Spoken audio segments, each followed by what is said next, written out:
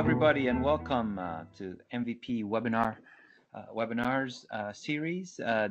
Today's webinar will be on cloud computing. I hope everybody's having a great day, and we will be starting shortly. I want to first thank you all for joining us and ask you to ask any questions you'd like during this webinar. We have a full house today, so we were not able to accommodate everybody. Want to apologize for that. So please register quickly for our next webinars because they do fill up quick. Today we're going to discuss how cloud computing can cut your IT costs by half, provide automated disaster recovery, and free you to work from anywhere on any device at any time. To get started though, however, for all the social media people out there, all the people that are tweeting hashtag MVP works, we will retweet you, we will follow you. So feel free to use that hashtag for us. We're excited about today's webinar. We're going to really talk about cloud computing and what it could do, and really going to be very informational. So I hope you're getting ready to learn quite a bit because we've put a lot of time and a lot of effort to make sure that everybody's aware of what cloud can do for us. Next, just to let you know that we're scheduling next webinars. The next one is going to be on security. Then we're going to do voice over IP and disaster recovery and BYOD. We'll let you know what that is. So please register quickly when the time is right and when we send you that invite because they do fill up pretty quickly. All right, so let's get started. We'll get started by saying that on October 30th, 2005, one of the world's wealthiest tech billionaires wrote an urgent memo to his top engineers and most trusted management team. It sounded the alarm that a very disruptive wave was about to wash over the IT industry forever, changing the way we get information and use technology and threatening to destroy the $200 billion empire he spent his life building. He's talking about a shift and paradigm on how people are using technology now. That happened in 2005. Meanwhile, during that same time period, along the banks of the Columbia River, a company that we were not aware of before, a mysterious company we'll call it, they used to be known as Design LLC, was secretly constructing two massive 34,000 square foot windowless warehouse on top of a fiber optic network, codenamed Project 2. This company built those massive buildings and got them fiber optics that goes across through those buildings. Nobody was aware what was happening at the time. However, people in the industry have saw the shift coming. As a matter of fact, International Herald Tribune also said that there's a looming change, looming like an information technology nuclear plant. It's a change coming through the industry that we're in, which is technology. Technology is changing. The way we deliver technology is changing. The way that we use technology is changing. Think about how you use technology 5 years ago to the way that you use it now. 5 years ago, you may have had an iPhone, but it was not the device that use it now. The mobile device was not in the age that it is right now. You thought about working remotely through VPN and connectivity. You were not thinking cloud, if you will. Technology changed. So what are we talking about here? We're talking about Microsoft and Google are the two companies that we are talking about. And what we're talking about is cloud computing. At the end of the day, Microsoft, Bill Gates was the CEO that sent that memo, and Google was Design LLC, the company that built those data centers. And the disruptive wave we're talking about, of course, is cloud computing. So we'll get into detail here on what's going on. So let's first talk about everything we're going to cover today. We're going to talk about what is cloud computing and why you'll want to consider switching to this model if it's a good fit for your company. So we're going to talk about what you need to look for to make sure it's a good fit for you. There's a lot of questions being asked about security and where your data is stored, how it works, and how it would benefit you. We'll be talking about that. And what does it cost and where are the savings on IT? So we'll be talking about the dollars amount because a lot of people consider cloud just to be cheaper. It could be, not always, and we'll let you know why and how. And what happens if the internet goes down? I mean, when you're If your internet goes down, well, you're not working at all, or are you? Or what are your options? So we'll let you know that, and the top reasons why companies are switching to the cloud. We'll talk about that as well, and how to determine if cloud computing is right for you. That's an important piece, and we'll be talking about that as well. So that's what we're going to cover today. I just want to let everybody know. So we're getting started to really dive in. But before we do that, I want to introduce myself to some of the people that joined us, that are new to us. Some people are already clients. I'd like to thank you for taking the time out of your busy day to learn about cloud computing. So who the heck is Ikram Masibini? That's me. I am the CEO of MVP Network Consulting. I have a BS degree in electronic engineering, Bachelor of Science degree in electronic engineering. IT was always my core passion, if you will. For the last 15 years, I've been heavy on IT, healthcare IT. So we deal a lot with doctors, and when it comes to healthcare, security is paramount. But we deal a lot with different companies as well, whether it being dental or healthcare or insurance or collections or law. So However, my experience has been heavy in healthcare. I also wrote a book. Some of you are already aware of this. It's called Computers Should Just Work. Feel free to go to our website at mvpworks.com, and we are giving away some for free, so you can fill out a form and we'll send you a copy. It really is a layman's term.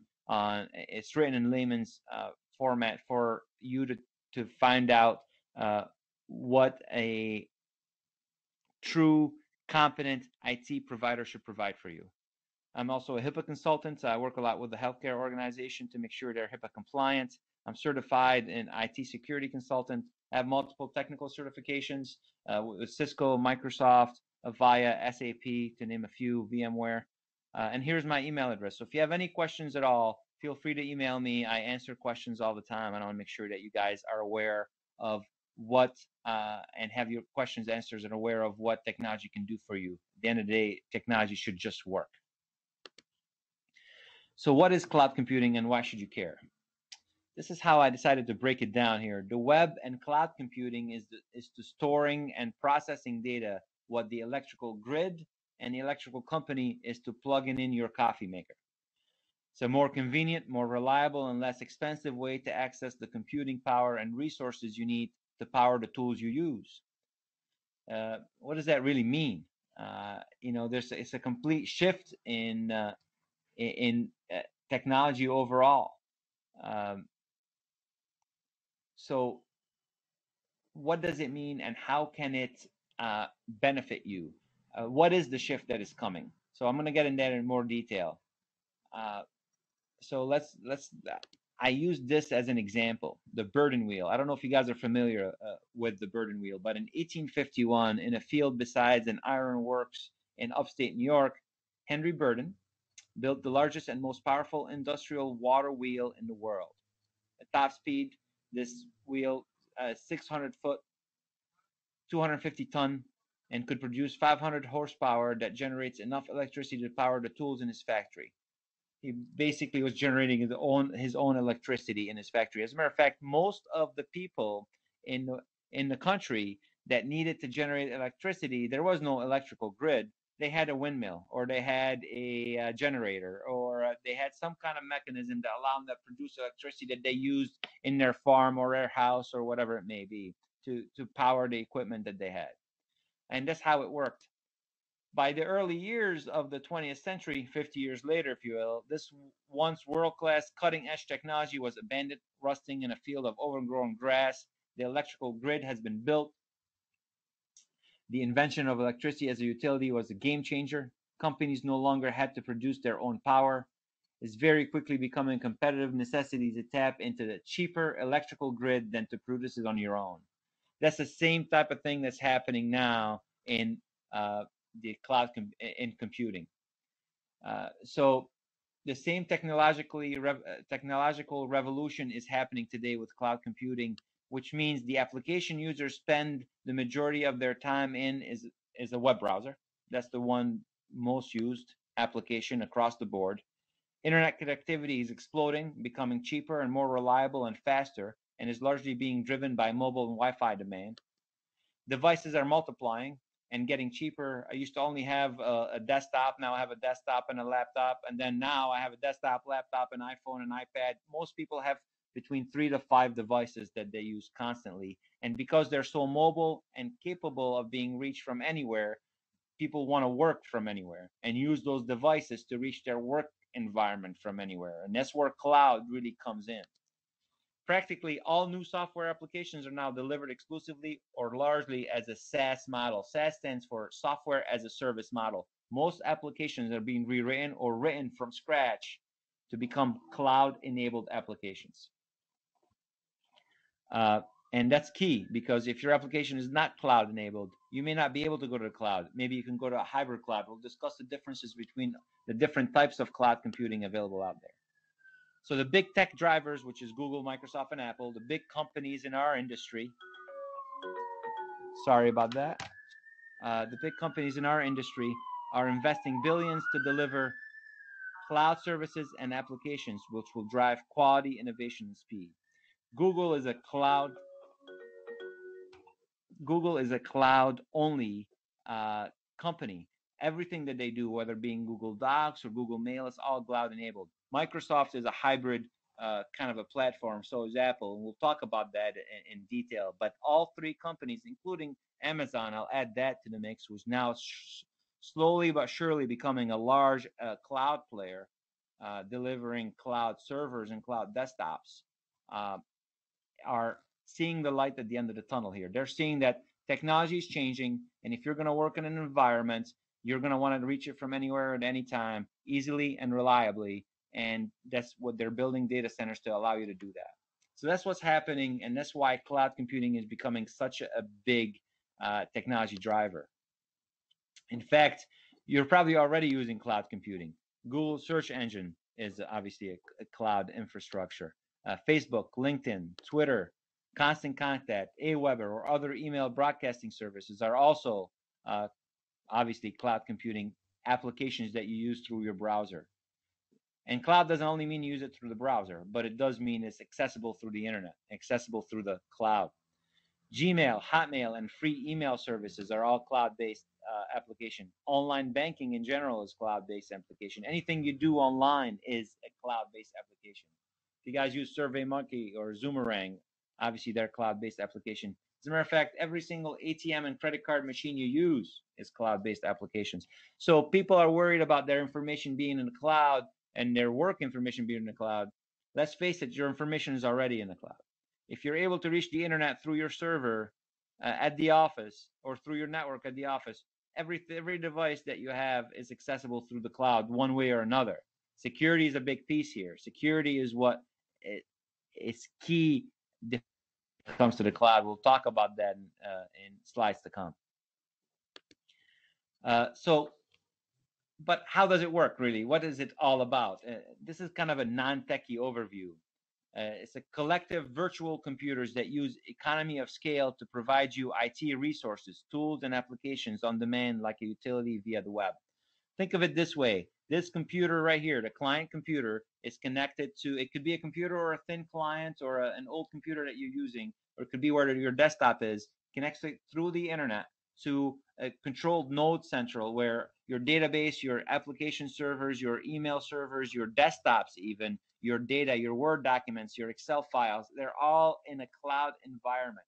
The cloud environment is basically a data center that's managed and updated by the cloud provider like MVP is. We built a data center that has a generator backup, that has redundancy, that has high availability, that has multiple ACs and cooling, that has alerts and have techs that are sitting in the data center and just maintaining it. So if you put your applications there, if you put your servers there, you're highly available. You are putting your stuff in a secure location that is capable of being monitored 24/7, an uptime of 24/7.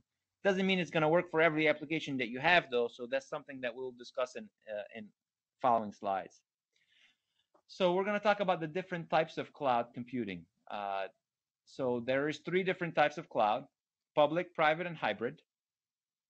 So what exactly is a cloud computing? In a nutshell, cloud computing comes into focus when you think about what IT always needs: a way to increase capacity or add capabilities on the fly without investing in new infrastructure, training new personnel, or licensing new software.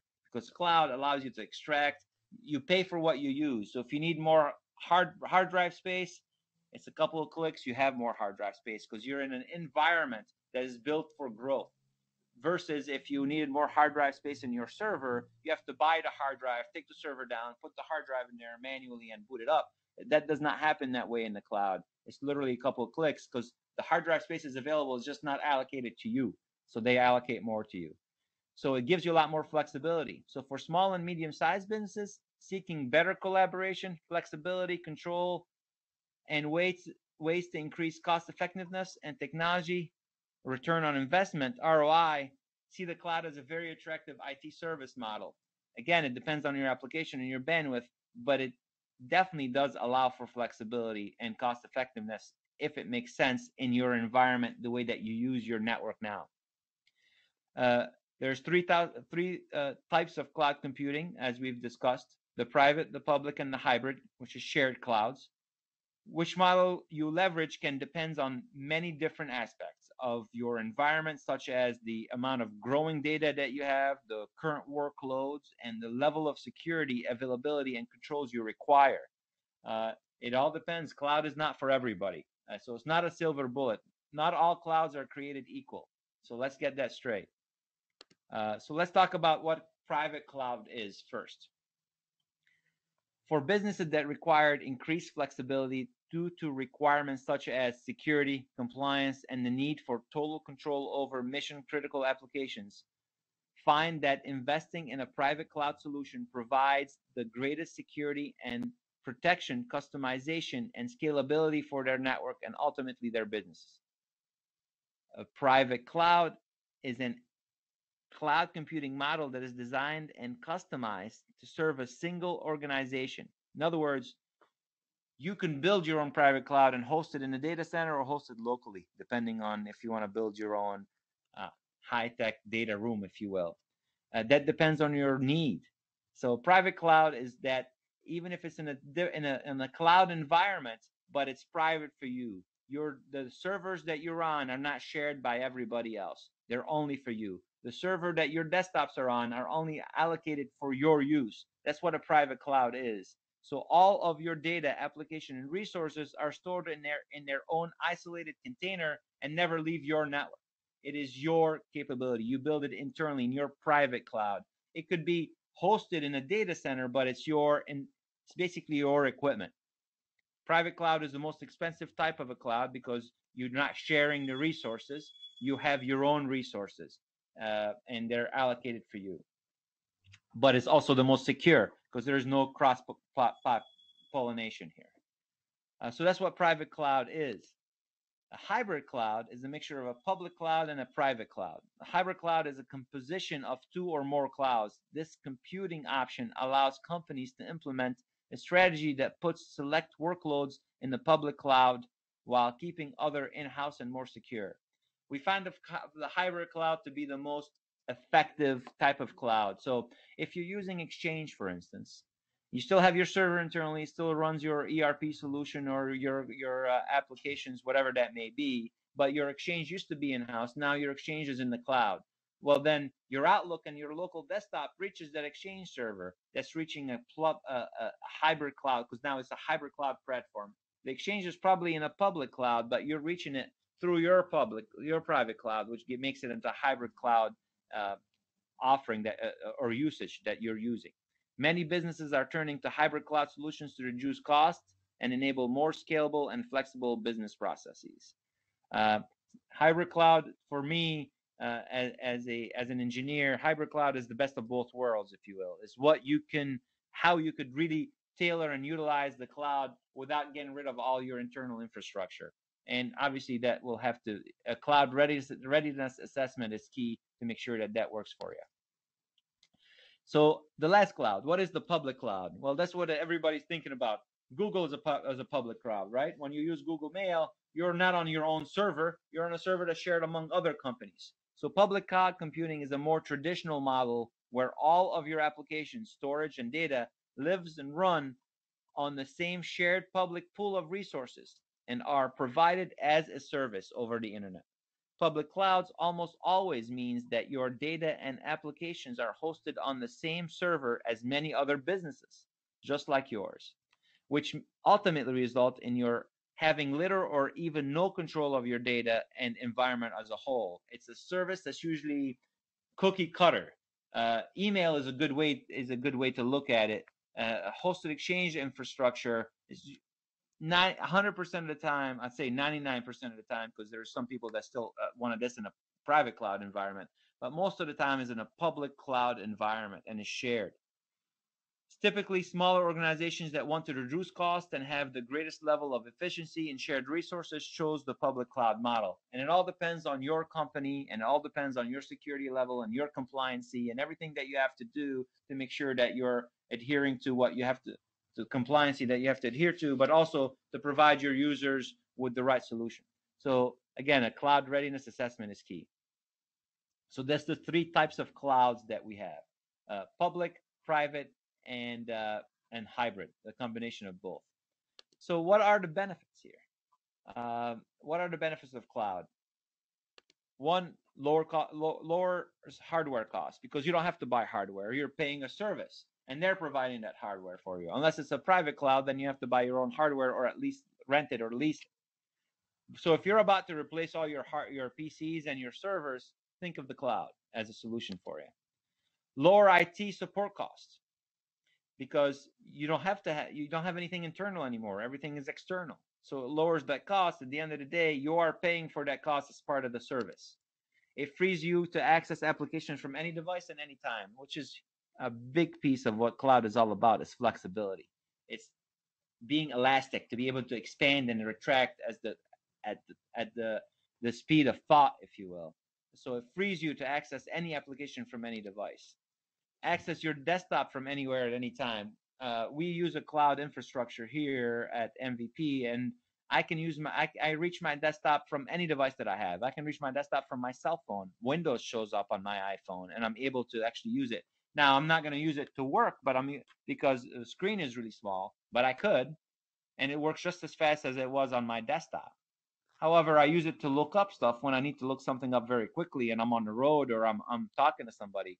If I want to email somebody a file or that's located on my network, I don't have to open up my laptop. I can do that from any device. That's the flexibility and the power of the cloud. Does that work for you? That's what you have to think about. It's built-in disaster recovery and business continuity. Most people have backup, and we ask everybody, you have backup? Oh yeah, backup is great. We get an alert every day, let us know that backup is done. Well, that's great, but what happens when a server goes down? If a server goes down, you have backup. But one thing you don't have is the operating system, is the software. You have data backup. So what we have to do is actually fix the server, reload the operating system, reload the software, and then reload and then restore your data. That takes a long time, especially that you have to fix the server first. So if you have to buy a part, like to say a hard drive or motherboard went bad on the server, you have to wait 24 to 48 hours to receive that part. Can you be down for that long? So if you don't have disaster recovery now on your local environment, that's something you should look into, and we're doing a webinar on that, just on that. But if you go in a cloud environment, it's built-in disaster recovery, because any cloud provider that you should work with should prove to you and send you a disaster recovery documentation, how they do it, and what applications they use, and how fast you'll be down, and what their service level agreement may be. Most importantly, you only pay for what you need, because it's utility pricing. Because if I only need 2 cores of a processor and 4 gigs of RAM and 50 gigs of hard drive space, that's all I'm paying for. I'm not paying for the 16 cores or 8 cores or 6 that comes with a regular desktop. They're sitting there doing nothing. So cloud can really allow you to pay for what you need and what you use only. More benefits. We'll talk about the cloud. Worldwide access. So cloud computing increases mobility, as you can access your documents from any device in any part of the world. For businesses, this means that employees can work from home or business trips without having to carry around documents. This increases productivity and allows faster exchange of information. Employees can also work on the same documents without having to be in the same place at the same time. More storage. In the past, memory was limited by the particular device in question. If you ran out of hard drive space or memory, if you will, you would need a USB drive to back up your current device.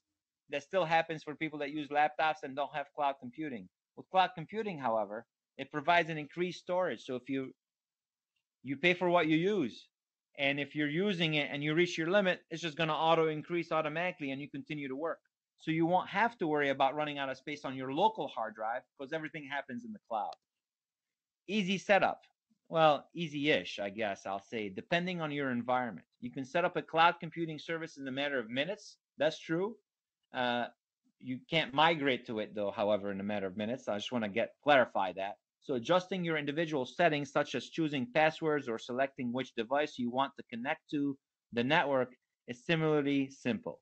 After that, you can immediately start using the resources, software, information, and questions. So if you already have a cloud computing infrastructure built and in place, and you want to add a new desktop, it's literally minutes and a couple of clicks, and a desktop is created for that new user of yours. But obviously, to get you started, it takes more than a couple of minutes.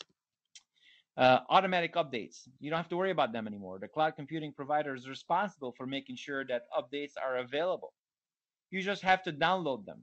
This saves you time, and furthermore, you don't need to be an expert to update your device. The cloud computing provider will automatically notify you and provide you with instructions. And reduce cost. That depends if reduced cost works for you, depending on your bandwidth, depending on your application. But it does overall reduce cost if you use cloud. So, for instance, if you have your own Exchange server, look at a hosted Exchange solution because it will save you quite a bit of money. So cloud computing is often inexpensive. The software is already installed online, so you won't need to install it yourself. There are numerous cloud computing applications available for free, such as Dropbox, and increasing storage size and memory is affordable. If you need to pay for a cloud computing service, it is paid for incrementally on a monthly or yearly basis. By choosing a plan that has no contract, you can terminate your use of the service at any time. Therefore, you only pay for the service when you need them and how you use them. So cloud has quite a bit of benefits. But let's be honest, cloud is not a silver bullet, like I said before. It does have its limitation, and it does have its disadvantages. The first disadvantage I'll talk about is security. When you're using a cloud computing service, you are essentially handing over your data to a third party. So make sure whoever you use, you have a good relationship with, and you have a good contract in place that the data belongs to you, not them. And whenever you ask for it, they have to supply it for you quickly. The fact that the entity, as well as users from all over the world, are accessing the same server, especially in a public cloud environment, can cause a security issue. Companies handling confidential information might be particularly concerned about using cloud computing, especially public cloud, not private cloud, because that's fine, as data could possibly be harmed by viruses and other malware that somebody else from a different company downloaded it. And if they tell you they can't, they're wrong. They can if you're in a public cloud environment. That said, some servers like Google Cloud Connect come with customizable spam filtering, email encryption, and SSL enforcement for secure HTTPS access, among other security measures. So that said, email in the cloud is secure if your provider is securing it. So security is a concern, but it depends on how you're using the cloud. Privacy is a concern. Cloud computing comes with the risk that unauthorized users might access your information. To protect against this happening, cloud computing services offer password protection and operate on secure servers with data encryption technology. So privacy is a concern, but there's ways around making that into a big concern. However, if you share your password with anybody else, they don't need a machine to log into your info. They can do it through your machine. So you got to be aware of that. Then loss of control. Cloud computing entities control the users. This includes not only how much you have to pay to use the service, but also what information you can store, where you can access it from, and many other factors. You depend on the provider for updates and backups. If for some reason their server ceases to operate, you run the risk of losing your information. That's why a good contract, a good SLA with your cloud provider is key. They're responsible for your data and its uptime. What is their service level agreement, and how do they guarantee that they'll be up?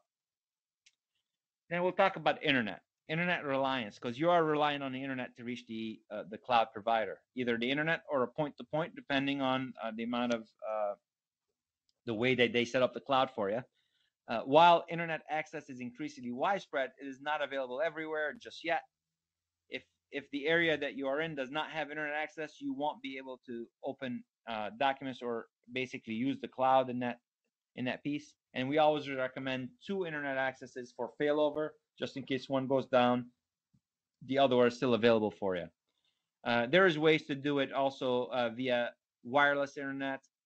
Verizon actually has a device that goes on to your router, and you only pay $20 a month to have the device as a lease, unless you use it. So your main internet goes down, this one will auto activate and give you internet access, which is fast internet. Really, it's 4G LTE, because it's wireless, and you only pay then $20 a gig after that. But you only pay for what you use, because that's the cloud environment that we're in. I put a case study in here to give you guys some example. This is Mark Marley. I asked him, and he said, sure, go ahead and do it. Mark is a CEO of a very successful CPA firm, serving small and medium-sized businesses. He's got 34 employees and 2 locations, so he's not a very small company, but he is, for our sake, he's a small company. Mark had an old and outdated network. He definitely and desperately needed to be upgraded. So what we've done for him is we looked at his situation. We had to analyze the situation before we give him any ways. We wanted to look at cloud as a solution for him to make sure, is that going to work for him or not? He needed a way to allow employees to work from their home during peak times, because especially during tax season that just passed right now, it was very busy for them. He had a seasonal part-time workforce he needed to support for a few months only out of the year, so he only wanted to pay for them that during that time period, and then pay for and not when the time they're not. So he didn't want to buy a desktop that sat there off that he had to maintain because people only worked a few months a year.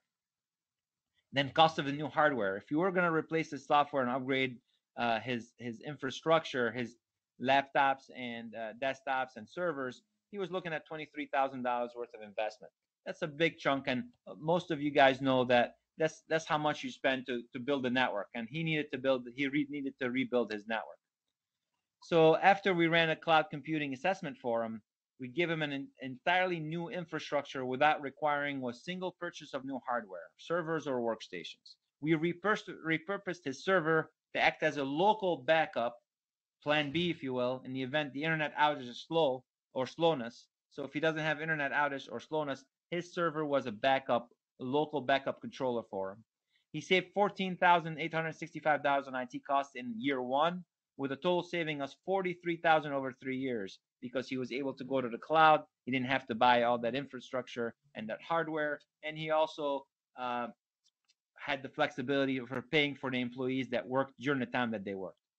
We allowed him to add and remove users quickly without having to purchase full-blown software licenses and workstations, and we give him an instant disaster recovery plan, which he was very happy with. And this is what he said about it. I'm very conservative and was skeptical of cloud computing. Robin is the person that works here for us, first recommended it, but the cost savings were just too hard to ignore. And since Robin had never steered me wrong in the past, I decided to go for it. In hindsight, this turned out to be one of the best decisions I've ever made, so I wanted to bold this out. Again, we had to do a cloud readiness assessment for him, not just go in and say the cloud will work for you, because that's what it is. A lot of providers that only push cloud think the cloud is a silver bullet. It is not. Depends on your application, depend on your bandwidth, and depend on your usage. Not only does this dramatically lowers our IT costs, which goes right to the bottom line, but it has made it infinitely easier for my team to work and get things done. I also like the idea that if a natural disaster strikes, my staff can work remotely and keep the wheels turning without interruptions. Thank you, Mark, for that. And this, I wanted to show you guys what a good cloud computing environment can look like, but it has to fit your environment. A cloud readiness assessment is key. So what if the internet goes down? What happens? Well, you don't have access to your info unless you have redundant internet. Unless we put a secondary server like we did for Mark that can back up certain things. So we do something called sync. Let's say you want to use your Word and Excel and PowerPoint and PDF files. We actually, if you have an old server that we can repurpose, or you could put a box at your location that will sync with the cloud. Any changes you make on that box automatically changes it to in the cloud environment and vice versa. So that gives you redundancy, but we also recommend 2 internet accesses. So we do the math and see if what works best for you. What about security? Security is huge. A private cloud environment is the most secure type of network you could build. But when it comes to security, it depends on your need and your regulations that you have to adhere to. And security is big, especially in a public cloud environment, because you have shared resources. I do not recommend a public cloud environment for anything besides really email. Everything else, I prefer either a hybrid cloud or a private cloud environment. It all depends. Some Word and Excel files we'll put in a public cloud, but it depends on your usage and it depends on the regulations that you have to adhere to. And we could discuss that in detail. And where is my data? That's a very important question. Your data is with your cloud provider. So your data is hosted on whoever cloud provider you decided to use as data center. So if you're using us, your data is with us, and we replicate everything that we have with something called a data backup, and that's a kind of our entire data center is then imaged and mirrored to a different data center that's located in California, in Silicon Valley. And we do that just in case our building blows up and we have your data. So we have tertiary backup, but where is your data is key, because your data is your business. Your data is how you work, is how you function. You need to know where your data is. You need to know your data is secure. You need to know that you can get your data at any time and anywhere. Not all cloud providers are created equal. It depends on how they build their infrastructure and their data center. We welcome you to come to our facility and do a walkthrough in our data center to show you how redundant we are. What about Office 365? Great question. And Google Apps. Well, Office 365 is a public cloud, so is Google Apps environment. It is secure to a certain degree. It is secure from Microsoft, but when you use the Microsoft OneDrive, it is on a shared environment. So we don't recommend always using that. Depending on your type of business and where you're in. However, Office 365 and Google Apps are 2 public cloud two public cloud services that work well. I prefer Office 365 over Google Apps any day. Office is a much better product. What if you go out of business? You meaning us. What if MVP goes out of business? What if your cloud provider goes out of business?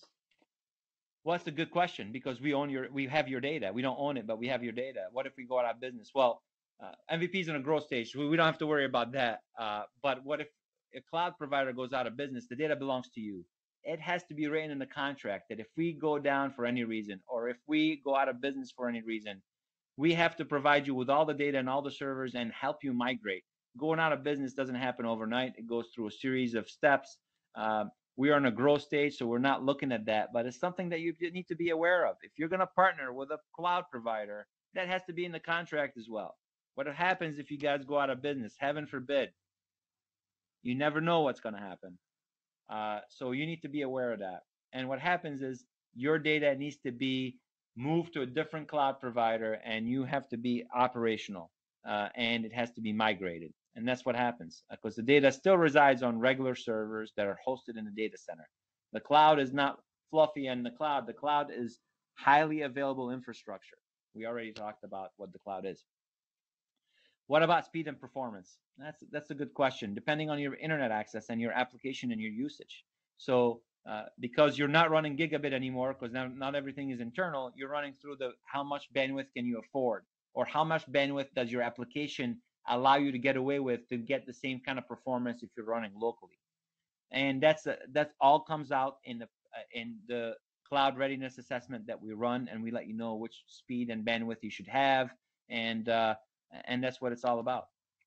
So what if I just upgraded my entire network? Well, if you just replaced everything, then make sure you have disaster recovery, and you could use a hybrid cloud format when it comes to email or maybe cloud drives. But if you're just upgrading everything, I'm not going to recommend you throw it all out. Get your money's worth first. So how do I determine if cloud computing is right for me, right? We are talking about doing a cloud readiness assessment, what we call an MVP CRA. Cloud computing, cloud migration, public cloud, private cloud, hybrid cloud, software as a service, infrastructure as a service, platform as a service. All these are multi-tenancy, among others. You can see them right there on the screen. It's confusing, isn't it? This is all the different types of ways we can set up your clouds. How are we going to set it up? And it all depends on what we cover in the CRA. So reducing costs is one thing that's important. Identifying and consolidation opportunities, how to maximize our ROI. Technology management is important. If you're spending a lot of time now, you won't be spending that time. So we do that in the ROI as well. Cloud planning, support and documentation, connectivity and bandwidth requirements are measured, and load balancing with internet redundancy. Cloud application connectivity, private and public cloud connectivity, remote desktop, VPNs, teleworkers, all those, what your application will require to run through a cloud environment may be different. And how can we provide that for you? Is it through Citrix, terminal servers? Is it your entire desktop is in the cloud? Then you don't need any of that because you're reaching that server via local access. All that we'll discuss and we'll measure for you through our CRA. Communication and collaboration, email options, phone system options, because you could have your phone in the cloud as well. But it all depends on your latency and your bandwidth. So stuff that we measure and let you know if it will work for you or not. Some people say, I want to go to voice over IP. Well, the area that you're in with the bandwidth that you have won't work. Don't do it. That's why you need to be prepared. Cloud readiness assessment is key. Cloud security and compliancy, private cloud versus public cloud, SAS 70 type 1 and 2, HIPAA, PCI, FIS, MA, different compliancy systems. Depends on what you have to comply with to let you know which type of cloud you'll need, to let you know if you could even be on the cloud, yes or no. And obviously disaster recovery and business continuity, we talked about that, but that's key and we look at it. So this is what the criteria that we look at. These are the 7 items that we look at, that we measure to let you know if cloud is right for you or not. We are offering a free cloud readiness assessment. We usually charge $595 for it, $600, but we're offering a free cloud readiness assessment as part of this webinar. So how do you sign up to get it? Fill in the cloud readiness assessment on our webpage. It is at mvpworks.com. You click on cloud computing and you'll see a big box that says cloud readiness assessment. You filled it out and we'll give you a call. And we'll contact you to see if you're really ready for the cloud. Thank you very much, everybody. I hope this was helpful. I hope we've given you enough info. I hope I didn't speak too fast. I will be answering your questions that you submitted via emails. And this recording of this presentation will be available for you after we're done. Thanks again. We're looking forward to seeing you on our next presentations. Our next presentation is going to be on security, which is I highly recommend you joining quickly because it's going to fill up quick. Thanks again and have a great day, everybody.